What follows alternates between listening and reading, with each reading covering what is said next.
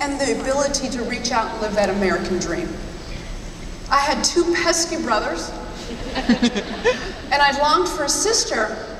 But then one day, my best friend, when I was 10 years old, came to school and said, "I'm going to be a Girl Scout." And I said, "Well, I want to be a Girl Scout too." And then I thought, well, what does that mean? So I ran home and I told my parents and my grandmother, my nana, that I was going to Girl Scout camp. And she said, "Mijito, no. We came from the migrant camp. No, we don't go that way." But I said, "But I want to go." So I went, and there were girls, and no pesky brothers, and I learned so much. And I learned, like, the environment was so important, and we were connected, and they taught me songs around the campfire. I was so impressed. And so the next few weeks, I went out. And I looked at the world in a different place, and one day, my parents took me on a picnic, and I found this cave, and it had like really important Native American hieroglyphics, and these kids had graffitied all over it, and I was mad. So I stomped back down that hill with my little science kit, and I ran up to my mother, and I said, "Mother, this is not fair. They destroyed this wonderful cave in the environment. The Girl Scouts taught me that we need to cherish the environment. This has to stop." And she looked at me very calmly and said, "Well, Ana Maria, what do we do in these instances?"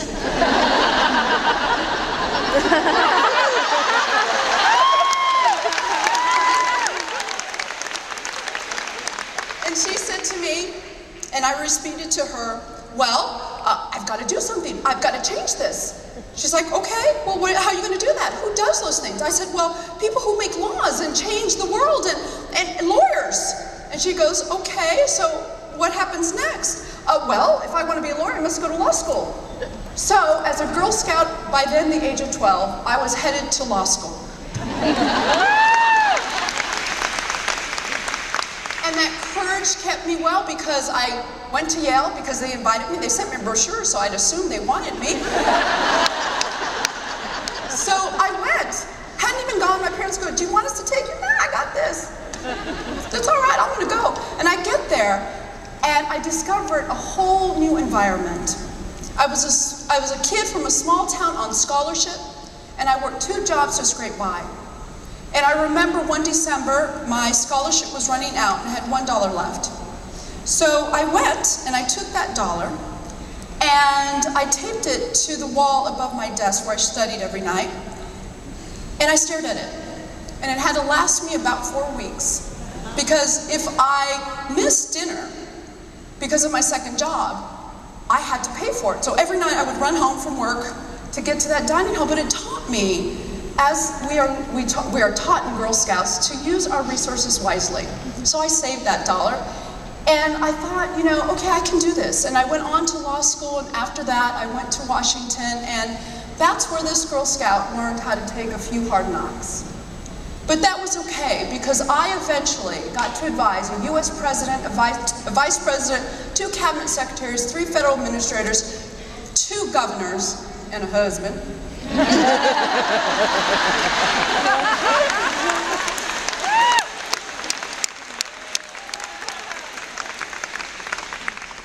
And that's when the Girl Scouts of Southwest Texas called. And they said, we would really be interested for you to come work with us. And I took that leap of chance, and I went out there, and I took that opportunity, because who wouldn't want to take the opportunity to champion such a noble cause?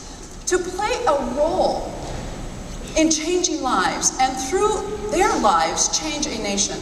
So in just 2 years, our team in Southwest Texas established unprecedented partnerships with school districts and leading businesses to serve more girls than ever. And that really shows the success we can have in building strategic partnerships to offer the Girl Scout leadership experience to as many girls as we can. I love working for girls. They make our job fun, and they keep us real, and the exuberance they bring to their daily work really energizes me, which is my secret of energy. And they motivate me every day to jump out of bed. But they also gave me a very cool nickname. One day I was sitting in a finance meeting at my council, and I heard this buzz. It was outside my office out on the 2nd floor of a building. I looked out, and I see this group of brownies. I'm going. And my team and my chief of staff at the time, Elizabeth Soto, said, no, girl, you sit. We have work to do. And I said, no, I gotta go talk to the girls. So I ran down, and as I was running down, I could see them, they were huddled. And when I got up to them, I said, hey, I'm Maria Chavez, I'm your new CEO. And there was this one little brownie with their little beret cocked to one side with some attitude and her hands on the hips and says to me, who are you? I said, well, my name's Maria Chavez, and I'm the new CEO. And she's like, what's that? And I said, well, you know how you have a principal for your school? She's like, yeah. Well, I'm kind of like the principal of Girl Scouts. She's like, oh. Well, most 8-year-olds, 9-year-olds, it's all about geographic. So she says to me, well, where do you live? And I said, well, I kind of live up there. And she's like, where? Up there? And I said, yeah, up there. Well, I want to go up there. Well, not a lot of girls had been in the CEO's office before, but I said, no, we're going to go up. So I go up, I take this troop up there, and the first thing they go to are my windows. And in the windows, they turn around and they look to me and they say, you know, Miss Anna, your office is like a treehouse. And I said, well, I guess it kind of is. And we've decided something. Well, if you live in a treehouse, you must be a bird. And if you're a bird, you must be an eagle, because you are our leader. So, thank you. So since that day, the Girl Scouts called me Eagle One. And, you know, I didn't know anybody in Texas, but these girls, they claimed me as one of their own. But they also claimed my family. They named my husband Rob Big Eagle, my parents Mama Eagle and Daddy Eagle, my older brother Renee Eagle Hawk, but that's another story. And my beautiful 9-year-old son Michael, Little Eagle. But he's not the only little eagle.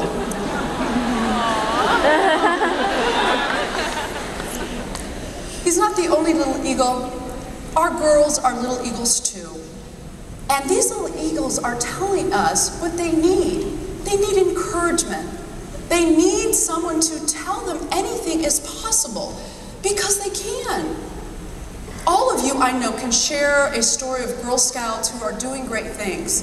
Maybe your story is about a group of 10 brownies from Worcester, Massachusetts, who, through the examples in the WOW Journey, worked with their local TV station to produce and air PSAs that educated their community on water conservation. Or maybe your story can be taken from the amazing girls that we've seen this week here in Houston. They are leading the nation in making the world a better place, one project at a time. But I want to tell you about a young lady I met in San Antonio, because the teens in our council came to me and said, Eagle One, you need to help us bring more teenage girls into our system. And you need to retain us as well. So they created a program, a new pathway called Gamma Sigma Girls. And it was targeted toward high school girls that didn't have the opportunity to be Girl Scouts in their younger years. And in that program, Irene saw things she had never seen before. She was so energized. And even though she was a senior, she felt that she could give back to her community. And she was a positive force in her school. She did everything she could to help her Girl Scout sisters. Irene is a bright girl who has unfortunately faced some challenges. And at the end of the year, the Girl Scout year, I learned that through all of this, Irene, since the age of 9, had been homeless. And since the age of 14, had been in 12 schools. Now, even with all of this going against her, she felt she had found a home with Girl Scouts. She felt she was in a safe environment with other girls to help other people change the world. As a Girl Scout, Irene has blossomed. She's doing amazing things in her community. She graduated in the top 10 of her graduating class. And she now goes across the country to talk to other teens and children about the ability to express your views, to live through barriers, and make a difference to others. She's created a close-knit friend group at school, and I don't think we can ever underestimate the importance of what our program and Girl Scouts meant to her and to other girls. She used to wake up every day at 5 a.m. to get to school, ride an hour and a half on the bus, just to see her Girl Scout sisters. Today, Irene is a freshman at Texas State University in San Marcos. She's the first in her family to graduate from college, and she is here with us today. Irene, would you please stand?